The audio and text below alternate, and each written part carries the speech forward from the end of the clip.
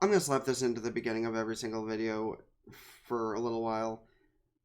So it has come to my attention that a lot of people are watching my content here on the anime channel, and I do appreciate that very much. However, it seems that not a lot of you have subscribed. It is completely free to subscribe, and it does help me out a lot. So it would be very appreciated if any of you that are watching any of my content, including what I see is surprisingly the highest watched content on my channel, don't be ashamed. Just hit the subscribe button and help a brother out. I'm struggling as it is over on the gaming channel, and I wanted to try and bring this new project to people, and it would be much appreciated if you just hit that subscribe button, the like button whenever possible, and yeah, because the percentage of you that aren't subscribed that watch the content do help out based on views, but not as much based on what could help more adding to the subscriber count. I'm sure if people actually did hit that button, we could hit 1K in no time. So, yeah. I do thank you if you could hit that button. And with that said, let's move on into whatever review we're going into. Alright, so I don't know how good a review this is gonna be for the movie, but oh god.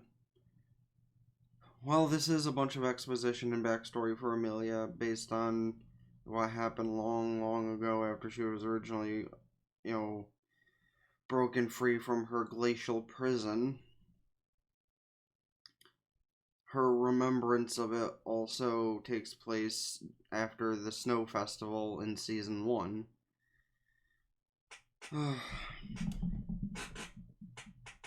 So, let's see. It started off, normal-ish with her living by herself in the, Ilor Forest and just making ends meet for herself, getting food and mining diamonds to pay for the food and shoes and stuff. People are afraid of her because she's a witch and blah blah blah.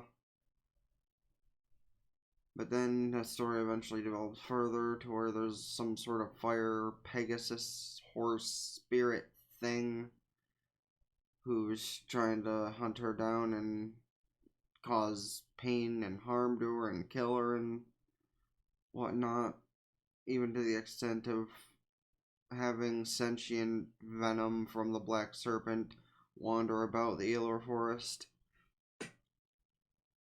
even to the point of assimilating with a guy who arrived with a bunch of other dudes to try and capture Amelia and do bad things to her.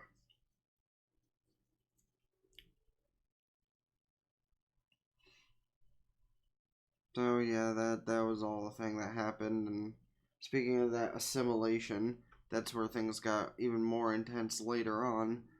Was that fire spirit found Amelia?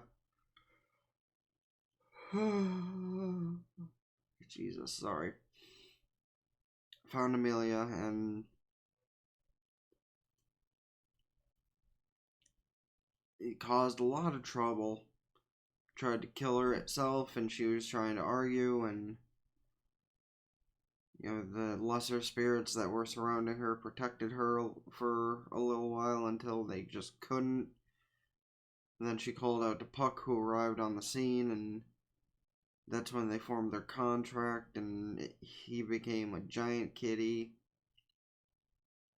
And there was a big battle sequence between the fire spirit who absorbed the body of that guy who tried to capture and take advantage of her, and Puck turning into the giant kitty cat form that once killed Subaru. And it was an entertaining fight for what I actually saw of it because I was kind of passing out, but it was fun. It was a good movie, a lot of story and exposition based on everything. However, there's still a couple of things I'm confused about. Obviously, Puck has some sort of relation to Amelia beyond just simply being her spirit. Now, what is that relation exactly? Is Puck just Mother Fortuna, reincarnated as a spirit? Is it Amelia's actual father reincarnated as a spirit? Is it Satella as a spirit? Those are the three possibilities that are on my mind, and I hope we figure it out when we get an eventual season 3 drop. But for an almost hour and a half long movie, even if I was kind of passing out during it, it was good. It was entertaining for what I paid mine to, and sorry. It really does make me want to have even more backstory about this whole thing that happened with Amelia and Puck. And since Puck isn't actually gone from the series based on what happened during season 2, we'll probably get some more exposition either in the form of another movie or during season 3 when that eventually comes out. And the movie was nice because at the at the end we got to see Rem conscious, because it was based off from something that happened in season 1. Well, at least the current time parts of it. But yeah, the story was kind of depressing because honestly, that's the one thing is, as far as witches go, people are awfully racist towards witches. I don't know why either. Like, the witches do not seem like that bad of people. Or at least when they were talking to Subaru, they didn't. Like, the only ones that actually seem crazy are Typhon and Daphne. Excuse me, sorry. Like, Satella's a little crazy, but for good reason. And Echidna is a little crazy, but for good reason, I would think. So, as far as the actual story and the fight scenes and all that stuff goes, it was really good. I did like the movie, and it showed some stuff from their backstory that I figured it would based on what we were seeing in season 2. And like I said, can't wait even for season 3 even more now. But I'm probably get this up on Saturday. I know it was only 6.5 minutes, but them's how the cookie crumbles, as I say. And now I can return to watching other stuff. And, well, I still don't know if I'm gonna try and catch up to the one show that's ending in a couple days, or I'm gonna start and catch up to the other show that's not over yet.